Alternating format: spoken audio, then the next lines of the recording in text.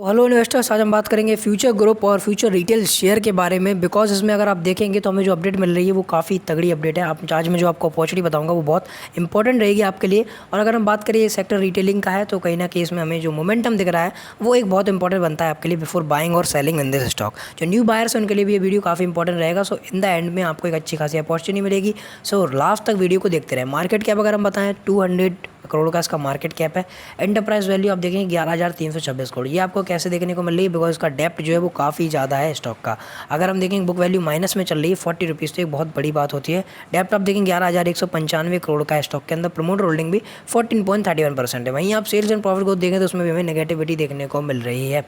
अगर हम बात करें इसके रिसेंट क्वार्टर के रिजल्ट की, सो इतना ज़्यादा इसके ऊपर एक इंपॉर्टेंट बात बताऊंगा, डेप्ट होने के बाद भी DII और FIS की एंट्री है इसके अंदर। सो अगर आप DII और FIS के बेसिस पर एंट्री बनाते हैं किसी स्टॉक में, सो ये आपके लिए एक बहुत ही पॉजिटिव बात रह सकती है स्टॉक में। अगर हम बात करें इसकी ये प्रॉफिट आफ्टर टैक्स, जो आप प्रॉफिट देख रहे हैं यहाँ पर, ये हमें गिरता हुआ नज़र आ रहा है।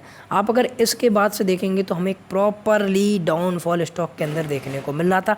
बट कहीं ना कहीं यहाँ पर इन लोगों ने अपना रीसेंट क्वार्टर में अपना सस्टेन करके हमें दिखाया है। माइनस में 1147 करोड़ का यहाँ पर लॉस था। उसके बाद माइनस 1119 करोड़ हुआ। उसके बाद 1078 करोड़। तो कहीं ना कहीं कंपनी सस्टेन कर रही है अपने आप को। बट हमें इसमें पॉजिटिविटी तो देखने को नहीं मिल रही है, बट सस्टेनेबिलिटी जरूर देखने को मिल रही है स्टॉक के अंदर। राइट नाउ अगर हम बात करें टोटल एसेट्स की, तो कंपनी में एसेट्स बिकवाली होते हुए तो नहीं, बल्कि हमें खरीदते हुए देखने को मिल रहे हैं। कंपनी के अंदर 10,000 करोड़ का था दिसंबर के क्वार्टर के रिजल्ट में, यहाँ पर 21,000 करोड़ हुआ। उसके बाद 18,885। सो ग्रोथ कहीं ना कहीं हुई है, बट रिसेंट क्वार्टर में गिरावट थी। अगर हम देखें इन दोनों क्वार्टर के बेस पर, तो पिछले समय अच्छा खासा रिकॉर्ड देखने को मिलता है स्टॉक का। So on the base of these assets and liabilities तो हमें स्टॉक में पॉजिटिविटी देखने को मिलती है। चलिए अब कर लेते हैं प्राइस की बात। अब प्राइस का मूवमेंट देखेंगे 47 रुपीज़ तक 16 फरवरी तक था। उसके बाद से गिरते गिरते प्राइस आज करीब 3.6 रुपीज़ के आसपास ट्रेडिंग दे रहा है। रिसेंटली अगर आप देखेंगे स्टॉक में जो रीसेंट मोमेंटम था स्टॉक का वो था अराउंड 4.5 रुपीज़ का, 4.1 रुपीज़ का, 4.3 का। एंड उसके बाद से स्टॉक ने कंटिन्यू एक डाउनवर्ड ट्रेंड हमें बनाता हुआ दिखाया। 4.1, 4.9, 4.75, 3.6। सो यहाँ से हमें कंटिन्यू गिरावट देखने को मिल रही है स्टॉक के अंदर।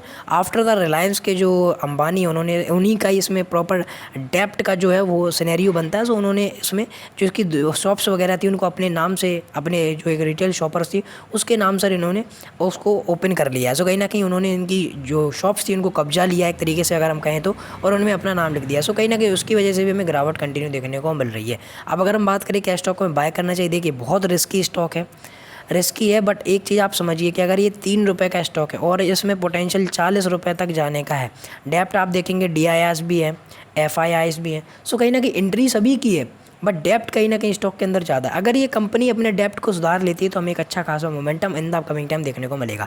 सो रिस्की स्टॉक है। आप अगर 10,000, 20,000, 50,000 जितने भी रुपए लगाएंगे आपको वो भूलना पड़ेगा। इन रुपीज़ को आपको करीब 1 से 2 साल तक स्टॉक में लगे रहने देना पड़ेगा। हो सकता है 1 से 2 साल तक भी स्टॉक में कोई मोमेंटम ना आए।